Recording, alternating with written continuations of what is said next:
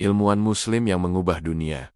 Warisan kuno di balik teknologi modern, kita coba sejenak kita lihat sekeliling. Smartphone yang kamu pegang, website yang kamu akses, bahkan sistem rumah sakit yang menjaga kesehatan kita. Semua ini adalah keajaiban teknologi dan pengetahuan. Tapi, bagaimana jika ku katakan, fondasi dari semua kemajuan ini, fondasi dari algoritma dan aljabar tidak datang dari Silicon Valley, melainkan dari gurun pasir 1000 tahun yang lalu. Ini adalah kisah para arsitek intelektual dunia, para ilmuwan muslim yang dengan pena, logika, dan iman mereka mengubah takdir peradaban. Mereka adalah para jenius yang jarang masuk buku pelajaran kita, tapi karyanya kita nikmati setiap detik. Siap untuk terinspirasi? Bersiaplah untuk mengenal warisan yang lebih keren dari superhero manapun. Inilah ilmuwan muslim yang mengubah dunia. Kita mulai dari Baghdad, di abad ke-9.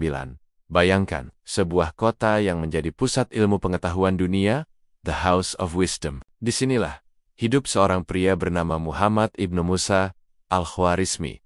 Pekerjaan utamanya mengatasi masalah-masalah sehari-hari, mulai dari pembagian warisan yang rumit hingga perhitungan jalur irigasi, semuanya butuh cara hitung yang logis dan sistematis. Al-Khwarizmi, bro, dia bukan cuma nemuin cara hitung, dia menciptakan bahasa universal untuk menyelesaikan masalah. Bahasa itu ia tuangkan dalam dua konsep yang gokilnya kita pakai sampai sekarang. Pertama, aljabar. Kata aljabar itu sendiri datang dari judul bukunya Alkitab Al-Mukhta, R.F. Is. B. Aljabar wala. Aljabar adalah kunci untuk memahami dunia. Tanpanya, engineering modern mustahil ada. Kedua, dan ini yang paling keren, algoritma. Ya, kata algoritma itu berasal dari nama dia sendiri. Al-Khwarizmi. Algoritma adalah urutan langkah yang jelas dan terstruktur untuk menyelesaikan sebuah masalah. Jadi, saat kamu scrolling TikTok, saat Google kasih kamu hasil pencarian paling relevan, atau saat game favoritmu bekerja tanpa bug, itu semua adalah buah dari pemikiran sistematis sang Al-Khwarizmi. Pelajaran dari Al-Khwarizmi bukan cuma tentang rumus, tapi tentang metode, tentang bagaimana peradaban maju, karena ada orang yang mau berpikir terstruktur untuk mencari solusi, bukan sekadar mengeluh. Jika Al-Khwarizmi memberi kita logika, ilmuwan berikutnya memberi kita kehidupan. Inilah Ibnu Sina dikenal di Barat sebagai Avicenna, sosok polimath yang menjadi dokter di usia yang sangat muda. Ketika Eropa masih mengaitkan penyakit dengan roh jahat, Ibnu Sina, melalui bukunya yang legendaris, Al-Qanan fi At-Tibb, The Canon of Medicine, mengajarkan konsep yang revolusioner. Kesehatan itu holistik. Dia menekankan metode klinis, karantina, untuk mencegah penyebaran, karantina, dan bahkan peran psikologi dalam penyembuhan. Bayangkan, buku ini menjadi rujukan utama dunia kedokteran selama lebih dari 500 tahun. Itu membuktikan betapa visionernya pemikiran Ibnu Sina. Ia mengajarkan kita bahwa dedikasi dan empati harus menjadi jiwa dari setiap ilmu pengetahuan. Sekarang, mari kita bertemu Ibnu Al-Hatham, pria yang berani mempertanyakan semua yang sudah mapan. Selama ribuan tahun, orang percaya bahwa mata kita memancarkan sinar untuk melihat seperti laser kuno. Ibnu Al-Hatham bilang, tidak, itu salah.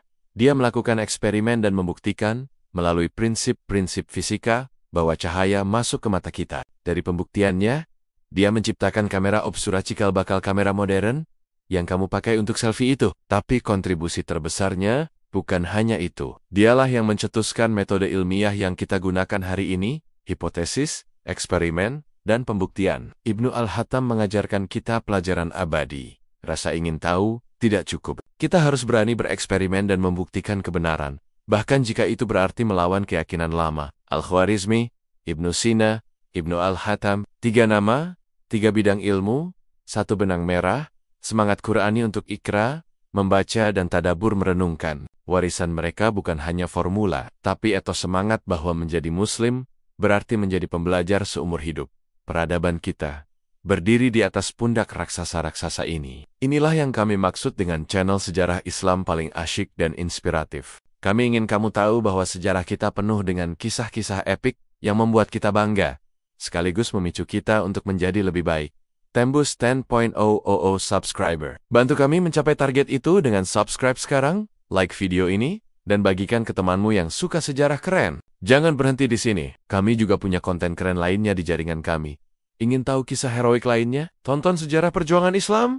Penasaran dengan bintang dan galaksi? Cek wawasan antariksa. Dan untuk kisah seru binatang-binatang kecil, jangan lewatkan Kepo Satwa Cilik dan Pahlawan Cilik Islam. Untuk update teknologi global, ada Global Tech Update GT. Sampai jumpa di kisah epik berikutnya. Assalamualaikum.